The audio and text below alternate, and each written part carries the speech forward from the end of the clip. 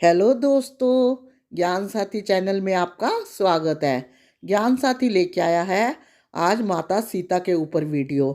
सीता के जन्म के 3 रहस्य जो आप नहीं जानते, जिनका आपको पता नहीं है। दोस्तों, पौराणिक कथाओं के अनुसार फागुन मास के कृष्ण पक्ष की अष्टमी तिथि को सीता जी प्रकट हुई थी। आओ जानते हैं कि माता सीता का जन्म या प्रकट होने के संबंध में 3 कौन कौन से रहस्य हैं। तो दोस्तों, हम लोग राम के साथ सीता या जनक के साथ जानकी, ये 3 रहस्य ऐसे हैं जिससे आपको पता चलेगा कि सीता का वास्तव क्या था। देवी सीता मिथिला के राजा जनक की ज्येष्ठ पुत्री थी, इसलिए उन्हें जानकी भी कहा जाता था। वाल्मीकि रामायण के अनुसार एक बार मिथिला में पड़े भयंकर सूखे से राजा जनक बेहद परेशान हो गए थे। तब इस समस्या से छुटकारा पाने के लिए उन्हें एक ऋषि ने यज्ञ करने और धरती पर हल जोतने के लिए बोला। उस ऋषि के सुझाव पर राजा जनक ने यज्ञ तो किया ही, साथ में उसके बाद राजा जनक ने धरती जोतने लगे। धरती जोते जोते तभी उन्हें धरती में से सोने की डलिया गाइस वो होती है जो वल्टोई की तरह होती है।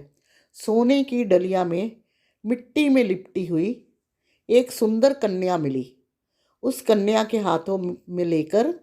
कन्या को हाथों में लेकर राजा जनक ने उसे सीता नाम दिया और उसे अपनी पुत्री के रूप में अपना लिया। नंबर 2, दूसरा रहस्य है माता सीता का। अद्भुत रामायण के अनुसार सीता जो थी वो रावण की बेटी थी। इस रामायण के अनुसार सीता का जन्म मंदोदरी के गर्भ से हुआ था। मंदोदरी रावण के डर से कुरुक्षेत्र में आ गई और वहाँ उन्होंने इस कन्या को जन्म दिया। फिर उसे भूमि में दबा दिया और फिर सरस्वती में स्नान करने के बाद वह दोबारा लंका में चली गई, यानी कि दोबारा लंकेश के पास चली गई। ये भी कहा जाता है कि रावण को जब पता चला कि मेरी ही कन्या मेरी मृत्यु का कारण बनेगी, तो रावण बहुत दुखी हुआ और वह उसे दूर से भूमि में दबा देता है। तो वो भूमि जो थी, आप समझ गए कौन सी थी। नंबर 3, सीता माता का तीसरा रहस्य। माता सीता असल में धरती की पुत्री थी। माता सीता के भाई मंगल देव थे। सीता विवाह के समय एक प्रसंग आता है कि विवाह का मंत्रोच्चार चल रहा था और उसी बीच कन्या के भाई द्वारा की जाने वाली रस्म की बारी आई। जी हाँ, शादियों में, बहनों की शादी में जो भाई की रस्म की बारी आती है, इस रस्म में कन्या के भाई कन्या के आगे आगे विवाह करवाने वाले पुरोहित लावे का जब इस प्रथा के लिए करता है, कन्या के भाई को बुलाने के लिए कहा, तो वहाँ समस्या खड़ी हो गई। जी हाँ, राजा जनक का कोई पुत्र नहीं था, क्योंकि जनक का कोई पुत्र नहीं था। ऐसे में सभी एक दूसरे से विचार विमर्श करने लगे। इसके चलते विवाह में विलंब होने लगा। राजा जनक का कोई पुत्र नहीं था, इसीलिए विवाह में देर होने लगी कि भाई की रस्म कौन निभाएगा। अपनी पुत्री के विवाह में इस प्रकार विलंब होता देखकर पृथ्वी माता यानी कि धरती माता भी दुखी हो गई। तभी अचानक एक श्यामवरण का युवक उठा और इस रस्म को पूरा करने के लिए आकर खड़ा हो गया और कहने लगा कि मैं इनका भाई हूँ। दरअसल वह और कोई नहीं था, बल्कि स्वयं मंगल देव थे, जो वेश बदलकर नवग्रह सहित श्री राम और सीता का विवाह देखने को वहाँ उपस्थित थे। चूँकि माता सीता का जन्म पृथ्वी से हुआ है और मंगल भी पृथ्वी का पुत्र थे, तो क्या हुआ, माता सीता पृथ्वी से पैदा हुई और मंगल भी पृथ्वी के पुत्र थे।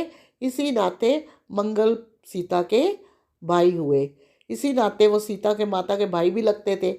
इसी कारण पृथ्वी माता के संकेत से वह इस विधि को पूरा करने के लिए आगे आए। अनजान व्यक्ति को इस रस्म को निभाने को आता देखकर राजा जनक दुविधा में पड़ गए। जिस व्यक्ति के कुल, गोत्र एवं परिवार का कुछ अता पता ना हो, उसे वो कैसे अपने पुत्री के भाई के रूप में स्वीकार कर सकते थे। जी हाँ, उनके लिए जो था मंगल बिल्कुल अनजान था, मंगल ग्रह बिल्कुल अनजान था। उन्होंने मंगल से उनका परिचय, कुल एवं गोत्र पूछा। राजा जनक ने के आपत्ति लिए जाने के बाद मंगल देव ने कहा, हे राजन, मैं अकारण ही आपकी पुत्री के भाई का कर्तव्य पूर्ण करने को नहीं उठा हूँ। मैं इस कार्य को सर्वथा योग हूँ। अगर आपको कोई शंका हो तो आप महर्षि वशिष्ठ एवं विश्वामित्र से इस विषय में पूछ सकते हैं। ऐसी वाणी सुनकर राजा जनक ने महर्षि वशिष्ठ एवं विश्वामित्र से इस बारे में पूछा। दोनों ही ऋषि इस रहस्य को जानते थे। अंत उन्होंने इसकी आज्ञा दे दी। जी हाँ, राजा को विश्वामित्र और गुरु वशिष्ठ ने इसकी आज्ञा दे दी।